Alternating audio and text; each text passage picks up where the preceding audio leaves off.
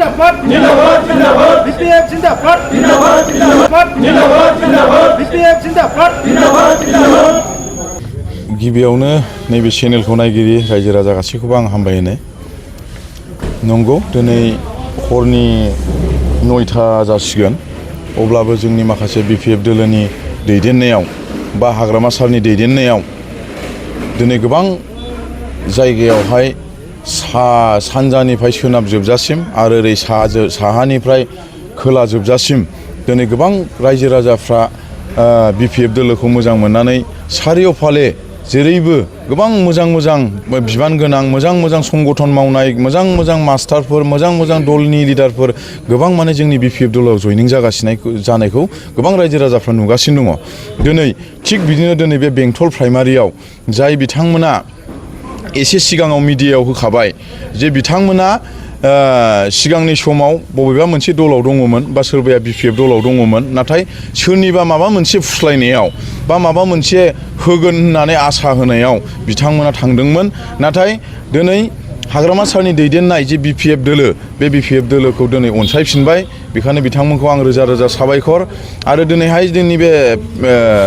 13 नं समस्तियाव बा जोंनि बे सिडली समस्तियावहाय गोबां बिदिनो गोबां रायजो राजाफ्रा बिदिनो जयनिं जानो होननानै जों कन्टेक्टआव जागासिनो आरो निस्सय अबेबा जायगायाव जोङो लिस्टल' खालामनानै दङ खमाव गैयाबाबो 2000-3000 जन बा 4000 जन मानसिफोर जयनिं जानांगौनि जोङो खबर मोननानै दङ आरो अलरेडि माने लिस्ट खालामखाबाय बे साननै सानथामनि गेजेरावनो बे जयनिं प्रग्रामखौ जों लाबाय थागोन आरो जोंनि मेन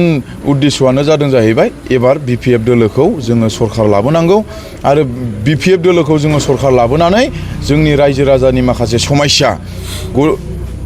बेफोरखौ जोङो मावगोन आरो जेब्लानाखि जोंनि बीपीएफ दोलोआ 17 बोसोराव सरकार सालायनायावहाय गोबां गिदिर खामानिखौ मावदों नाथाय बे सेलेखा ओनसोलाव थानाय माखासे फिसा खामानिखौ मावनो हायाखै एबार 5 बोसोर नैबे 5 बोसोरथ' जिरायथ'नांबाय नाथाय नैबे 5 बोसोरनि उनाव दिनै एबार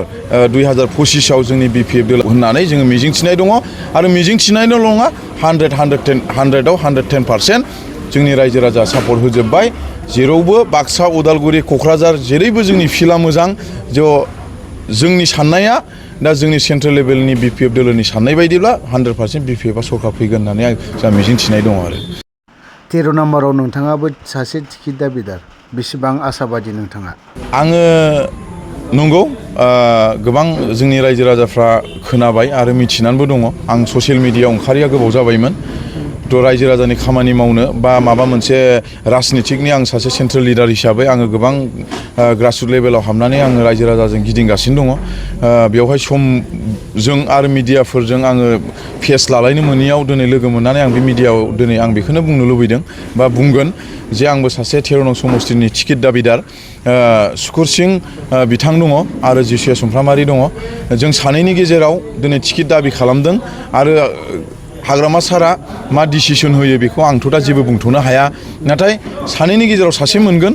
निस्सय बे 13 नं समस्तिनिफ्राय जोंनि बीपीएफ दोलोआ देरहागोन आं आसा खालामदों आरो जोंनि बे 13 नं समस्तियाव देरहालायनो नङा आंनि मोनसे टारगेट बा आंनि मोनसे साननाय रायजो राजानि जि अनसायनाय मोनगासिनो जे रायजो राजानिफ्राय आङो खबर मोनदों आरो रायजो राजानि गेजेराव आं हाबनानै खबर मोनदों 40टा समस्तिनि गेजेराव जोंनि 13 नं समस्तियाव सबसे बांसिन भट मोननानै देरहागोन होननानै आं मोनसे साननाय दं बा आसा दङ आरो रायजो राजानियाव आं बेखौनो खावलायदों जोंनि जि साननाय बे साननाया जाहाथे जाफुङो आरो रायजो राजानि माखासे सुबिदा उसुबिदाखौ जाहाथे जोङो सानै केन्डिडेटनि गेजेराव सासेया मोननाया जाहाथे मोजां भाबै जोङो खामानिखौ मावलांनो हायो जाहाथे अरायसम जाहाथे रायजो राजाफ्राबो जोंनि थाखायबो जों सानै केन्डिडेटनि थाखाय जाहाथे इसोरनाव अबंलावरिनो आर'ज खालामो जाहाथे जों रायजो राजानि मोजां खामानिखौ जों मावलांनो हायो मानो होननानै बुङोब्ला जोङो गोसो आं सासे इयुथ जानानै आंनि मावनांगौ गोबां खामानि दङ आं गोबाव समनिफ्रायनो आं जेब्लानाखि ससियेल वार्क मावबोदों बे समनिफ्रायनो आं बुंगासिनो दङ जे आंनि खामानिया मावनांगौ गोबां दङ आद्रा दङ आरो बे खामानिखौ मोनसे दलाव थानानै आङो खामानि मावगोन होननानै आङो दिनै बीपीएफ दोलोनिफ्राय आं टिकेट दाबि खालामनाय जादों।